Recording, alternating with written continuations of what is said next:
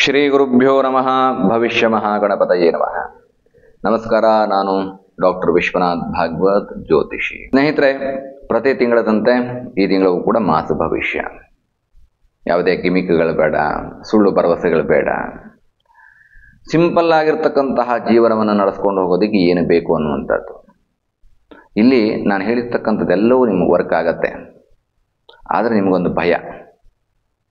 ಉದಾಹರಣೆಗೆ, ಇನ್ವೆಸ್ಟ್ಮೆಂಟ್ ಮಾಡಬೇಕು ಅಂದರೆ ಎಲ್ಲಿ ಲಾಸ್ ಮಾಡ್ಕೊಂಡ್ಬಿಡ್ತೀನೋ ಅನ್ನೋ ಭಯ, ಅಥವಾ ಯಾವುದೋ ಒಂದು ಹೊಸ ಪ್ರಯತ್ನವನ್ನು ಮಾಡಿ ಅಂತ ಹೇಳಿದಾಗ ಇದು ಆಗತ್ತೆ ಅಂತ ಹೇಳಿದ್ರೆ ಅದಕ್ಕೆ ನಿಮಗೆ ಭಯ. ಯಾವುದೇ ಇರ್ಬೋದು, ಅಥವಾ ಅದಕ್ಕೊಂದು ಪರಿಹಾರ ಮಾಡ್ಕೊಂಡು ಮುಂದುವರಿದೆ ಅಂತ ಹೇಳಿದ್ರೆ ನಿಮಗೆ ಭಯ. ಆಗತ್ತೋ ಇಲ್ವೋ ಅನ್ನುವಂತಹ ಭಯದಲ್ಲಿರ್ತೀರ. ಭಯ ಬೀಳೋದ್ರಿಂದ ಯಾವುದೂ ಆಗೋದಿಲ್ಲ. ಮನುಷ್ಯ ತನಗೆ ಸಿಕ್ಕಿರ್ತಕ್ಕಂತಹ ಒಂದು ಜೀವನವನ್ನು ಸದುಪಯೋಗ ಮಾಡಿಕೊಳ್ಬೇಕು. ನಾಳೆ ಬದುಕ್ತೀವ ಅಂತ ಕೇಳಿದ್ರೆ ನಮಗೆ ಗೊತ್ತಿಲ್ಲ, ಬಟ್ ಇರೋಷ್ಟು ದಿನ ಖುಷಿಯಾಗಿರಬೇಕು. ನಾವೇನು ಮಾಡ್ಬಿಡ್ತೀವಿ, ನಮಗಿರುವಂತಹ ಭಯದಿಂದಾಗಿ ಆ ಭಯವನ್ನು ಹೋಗಲಾಡಿಸ್ಕೊಳ್ಳೋದಕ್ಕೆ ಯಾವುದೋ ಬೇಡದೇ ಇರತಕ್ಕಂತಹ ವಿಚಾರಗಳಿಗೆ, ಅನ್ವಾಂಟೆಡ್ ಥಿಂಗ್ಸ್ಗಳಿಗೆ ನಮ್ಮನ್ನು ನಾವು ಒಳಪಡಿಸ್ಕೊಂಡ್ಬಿಟ್ಟಿರ್ತೇವೆ. ಉದಾಹರಣೆಗೆ, ಕೆಲಸ ಮಾಡೋದಕ್ಕೆ ಭಯವಾಗತ್ತೆ, ಅಥವಾ ಯಾವುದೋ ಒಂದು ಹೊಸದಾಗಿ ಎಕ್ಸ್ಪೆರಿಮೆಂಟ್ ಮಾಡೋದಕ್ಕೆ ಭಯವಾಗತ್ತೆ. ಉದಾಹರಣೆಗೆ, ದುಡ್ಡು ಇನ್ವೆಸ್ಟ್ಮೆಂಟ್ ಮಾಡಿದ್ರೆ ನಿಮ್ಗೆ ಹಣ ಬರುತ್ತೆ, ಅಥವಾ ನಿಮ್ಮ ಶ್ರಮವನ್ನು ನೀವಲ್ಲಿ ಇನ್ವೆಸ್ಟ್ಮೆಂಟ್ ಮಾಡಿದ್ರೆ ನಿಮಗೆ ಅದಕ್ಕೆ ರಿಸಲ್ಟ್ ಬರುತ್ತೆ. ನಮಗೆ ಇನ್ವೆಸ್ಟ್ಮೆಂಟ್ ಮಾಡೋಕ್ಕೆ ಭಯ, ಹಣವನ್ನು, ವಸ್ತುವನ್ನು, ಶಕ್ತಿಯನ್ನು. ಯಾಕೆಂತಂದ್ರೆ ನಾವಿಲ್ಲಿ ಕಳ್ಕೊಂಡ್ಬಿಡ್ತೀವೋ ಅನ್ನುವಂಥದ್ದು. ಇರುವಷ್ಟದ್ರಲ್ಲೇ ನಾವು ಸೇಫ್ ಆಗಿದ್ಬಿಡೋಣ, ನಾವು ಯಾವುದೇ ರೀತಿ ಹೊಸ ಹೊಸ ಎಕ್ಸ್ಪೆರಿಮೆಂಟ್ಗಳು ಬೇಡ ಅನ್ನುವಂಥದ್ದು. ಎಕ್ಸ್ಪೆರಿಮೆಂಟ್ ಯಾವಾಗ ಮಾಡಬೇಕು ಅಂತಂದರೆ ದೈವ ಬಲ ಇದೆಯಾ ಅಂತ ತಿಳಿದುಕೊಂಡು ಮಾಡಬೇಕು. ಆವಾಗ 200% ಸಕ್ಸಸ್ ಸಿಗತ್ತೆ. ಇಲ್ಲದೆ ಹೋದ್ರೆ ನಾವು ಯಾವುದೋ ಬೆಳೆದಿರ್ತಕ್ಕಂತಹ ವ್ಯಕ್ತಿಯನ್ನು ನೋಡಿಕೊಂಡು, ಉದಾಹರಣೆಗೆ ರೀಲ್ಸಲ್ಲಿ ನೋಡ್ತಾ ಇರ್ತೀವಲ್ಲ, ಆ ವ್ಯಕ್ತಿ ಹಾಗೆ ಬೆಳೆದ, ಹೀಗೆ ಬೆಳೆದ ಅನ್ನುವಂಥದ್ದು ಒಂದು ನಿಮಗೆ ಮಾರಲ್ ವಿಡಿಯೋ ಆಗಿದ್ದರೆ, ಮಿಕ್ಕಿದ್ದು 99 ಬರೋದೆಲ್ಲವೂ ಕೂಡ ನಿಮಗೆ ಟೈಮ್ ಪಾಸ್ ವಿಡಿಯೋಗಳಾಗಿರುತ್ತೆ. ಅವ್ರು ದುಡ್ಡು ಮಾಡ್ಕೊಂಡು ಹೋಗ್ತಾರೆ, ಅವ್ರು ಬೆಳೀತಾರೆ. ಬಟ್ ನೀವು ಯಾವಾಗ ಬೆಳಿತೀರಾ? ನೀವು ಬೆಳಿಬೇಕು. ನೀವು ಬೆಳೆದು ನಿಮ್ಮನ್ನು ಯಾರು ಅಪಹಾಸ್ಯ ಮಾಡಿದ್ರೋ, ನಿಮ್ಮನ್ನು ಯಾರು ದೂಷಣೆ ಮಾಡಿದ್ರೋ, ನಿಮ್ಮನ್ನು ಯಾರು ಬಿಟ್ಟು ಹೋದ್ರೋ, ಅವರು ಪುನಃ ನಿಮ್ಮ ಹತ್ರಕ್ಕೆ ಬಂದು ನಿಮ್ಮನ್ನು ಕ್ಷಮೆ ಕೇಳೋ ರೀತಿನಲ್ಲೋ, ಅಥವಾ ನಿಮ್ಮನ್ನು ಪ್ರೈಸ್ ಮಾಡೋ ರೀತಿನಲ್ಲೋ, ನಿಮ್ಮನ್ನು ಹೊಗಳುವಂತಹ ರೀತಿಯಲ್ಲಿ ನೀವು ಬಾಳಿ ಬದುಕಬೇಕು. ಕ್ಷಮೆ ಕೇಳಬೇಕು ಅಂದರೆ ನಾಟ್ ಇನ್ ಬ್ಯಾಡ್ ವೇ. ಅವರು ನಿಮ್ಮನ್ನು ನೋಡಿ ವಾಹ್ ಅದ್ಭುತ ಅನ್ನುವಂತಹ ಮಟ್ಟಕ್ಕೆ ನೀವು ಬೆಳಿಬೇಕು. ಅದಕ್ಕೆ ದೈವ ಬಲ ಬೇಕು. ಅದಕ್ಕೆ ಯಾವುದೇ ರೀತಿಯಾದಂಥ ಹಿಂಜರಿಕೆ ಬೇಡ. ಅದು ವಿದ್ಯೆಯಲ್ಲಿರಲಿ, ಉದ್ಯೋಗದಲ್ಲಿರಲಿ, ವ್ಯಾಪಾರದಲ್ಲಿರಲಿ, ಯಾವುದರಲ್ಲಾದರೂ ಕೂಡ ನಿಮಗೆ ಹಿಂಜರಿಕೆ ಅನ್ನುವಂಥದ್ದು ಬೇಡ. ಬಿಟ್ಟು ಹೋದಂತಹ ವ್ಯಕ್ತಿಗಳು ನಿಮ್ಮನ್ನು ನೋಡಿ ಆಮೇಲೆ ದುಃಖ ಪಡಬೇಕು. ಅಯ್ಯೋ, ನಾನು ಇಂಥ ವ್ಯಕ್ತಿನ ಬಿಟ್ಬಿಟ್ಟು ಬಂದನಲ್ಲ. ಅದು ಪ್ರೀತಿನಲ್ಲಿರಲಿ, ಅಥವಾ ಯಾವುದೋ ಒಂದು ಕೆಲಸದಲ್ಲಿರಲಿ, ಇಂಥ ವ್ಯಕ್ತಿ ನಾನು ಕಳ್ಕೊಂಬಿಟ್ನಲ್ಲ ಅನ್ನುವಂತಹ ನೋವು ಅವ್ರಿಗೆ ಉಂಟಾಗಬೇಕು. ಆ ರೀತಿಯಲ್ಲಿ ನೀವು ಬೆಳಿಬೇಕು. ಯಾರೋ ಬಿಟ್ಟು ಹೋದ್ರು ಅಂದ ತಕ್ಷಣ ಗುರುಳೇ ನನಗೆ ಅವ್ರು ಬಿಟ್ಟು ಹೋಗ್ಬಿಟ್ರು ಸಿಗ್ತಾರಾ? ನೋ, ಬೇಡ. ಅವರು ನಿಮ್ಮನ್ನು ಬಿಟ್ಟು ಹೋದೆ ಅಂತ ಪಶ್ಚಾತ್ತಾಪ ಪಡೋ ರೀತಿಯಲ್ಲಿ ನೀವು ಬೆಳೆದು ತೋರಿಸ್ಬೇಕು. ಅದು ಜೀವನ. ಅದಕ್ಕೆ ದೈವ ಬಲ ಬೇಕು. ಅದಕ್ಕೆ ಈ ಜ್ಯೋತಿಷ್ಯ ನಿಮಗೆ ಕಾರಣೀಕರ್ತವಾಗತ್ತೆ. ಹಣ ಕೂಡ ಗುರುಳೇ ಅವರೆಲ್ಲ ಹಣ ಮಾಡಿಬಿಟ್ರು, ನಾನು ಹಣ ಮಾಡಿಲ್ಲ, ನಾನು ಹಣ ಮಾಡೋದು ಹೇಗೆ? ನೀವು ಲಕ್ಷ್ಮಿ ಅಂದರೆ ಹಣ, ಆ ಹಣವೇ ನಿಮ್ಮನ್ನು ಹುಡುಕೊಂಡು ಬರೋ ರೀತಿಯಲ್ಲಿ ನೀವು ಬೆಳೆದು ತೋರಿಸ್ಬೇಕು. ಅದಕ್ಕೆ ನಿಮ್ಮ ಶ್ರಮ ಅಗತ್ಯ, ದೈವ ಬಲ ಅಗತ್ಯ. ಶ್ರಮ ಹಾಕ್ತೀನಿ, ಗುರುಳೇ ಬೆಳಗ್ಗೆಯಿಂದ ಸಂಜೆವರೆಗೂ ದುಡಿತೀನಿ, ಹಣ ಬರುತ್ತಾ? ಅದು ಬರಬೇಕು ಅಂತಂದರೆ ದೈವ ಬಲ ಇರಬೇಕು. ದೈವ ಬಲ ಇದ್ದರೆ, ದೇವ್ರನ್ನ ನಂಬಿದರೆ, ಯಾರು ಸಕ್ಸಸ್ಸಲ್ಲಿದ್ದಾರೋ, ಯಾರು ಗ್ರೋತಲ್ಲಿದ್ದಾರೋ ಅವರು ದೈವ ಬಲದಲ್ಲಿರ್ತಕ್ಕಂಥವ್ರು. ಯಾವತ್ತೋ ಒಂದು ದಿನ ದೇವರಿಗೆ ನಾವು ಏನೇನು ಸಮರ್ಪಣೆಯನ್ನು ಮಾಡ್ತೇವೆಯೋ ಅದಕ್ಕೆ ತಕ್ಕ ಹಾಗೆ ಕೊಡ್ತಾನೆ. ದೇವ್ರಿಗೆ ಕೊಡುವಾಗಲೂ ನಾವು ಯೋಚನೆ ಮಾಡಿ ಇಷ್ಟೇ ಕೊಟ್ಟರೆ ಅವನು ಅಷ್ಟೇ ಫಲವನ್ನು ಕೊಡ್ತಾ ಹೋಗ್ತಾನೆ. ಚೂರು ದೇವ್ರಿಗೆ ಕೊಡೋಣ ಅಂತ ಯೋಚನೆ ಮಾಡಿದ್ರೆ ದೇವ್ರಿಗೆ ಯಾಕೆ ಅಲ್ವಾ? ಹಾಗೆ ಕೊಟ್ಟರೆ ಅವನು ಅತಿ ಕಡಿಮೆ ಫಲವನ್ನು ಕೊಡ್ತಾ ಹೋಗ್ತಾನೆ.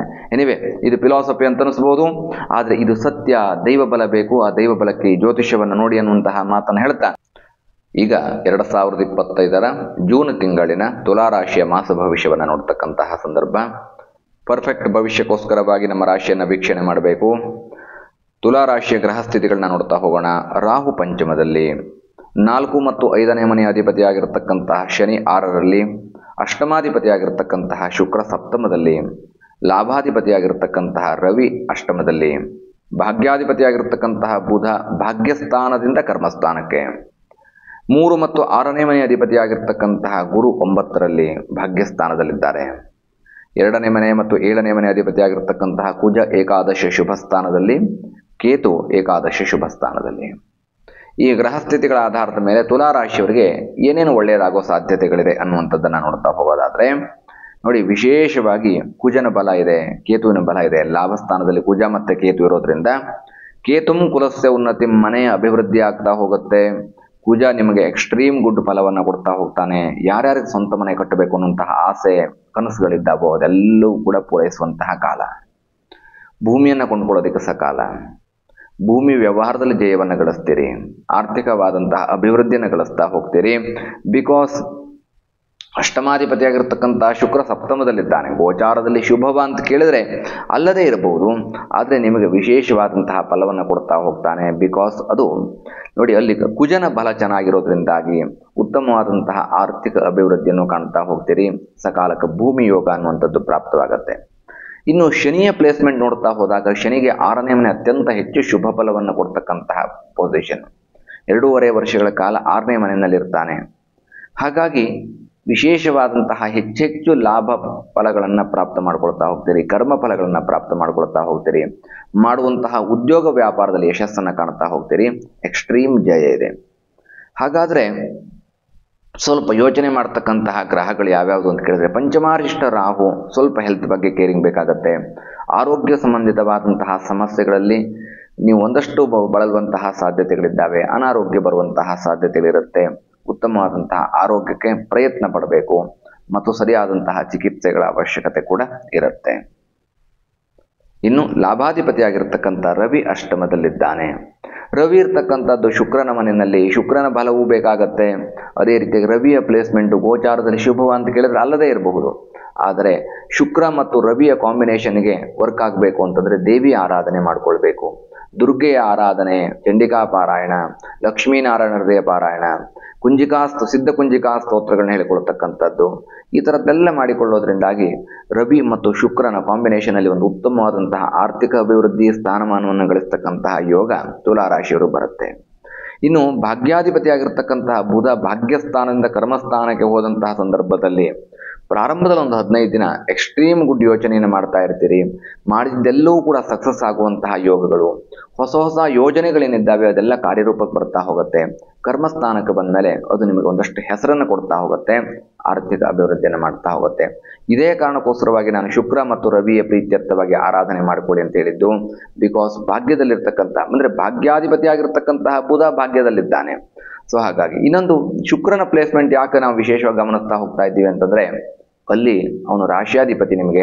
ಹಾಗಾಗಿ ಆ ಸಪ್ತಮ ಸ್ಥಾನ ಅನ್ನುವಂಥದ್ದು ರಾಶ್ಯಾಧಿಪತಿಯಾಗಿ ಕೊಡುವಂತಹ ಶುಭ ಫಲಕ್ಕೆ ಇಲ್ಲಿ ರವಿ, ಶುಕ್ರ, ಬುಧ ಈ 3 ಗ್ರಹಗಳ ಪರಸ್ಪರ ಕಾಂಬಿನೇಷನ್ಗಳು ಬಹಳ ಮುಖ್ಯವಾಗ್ತಾ ಹೋಗುತ್ತೆ.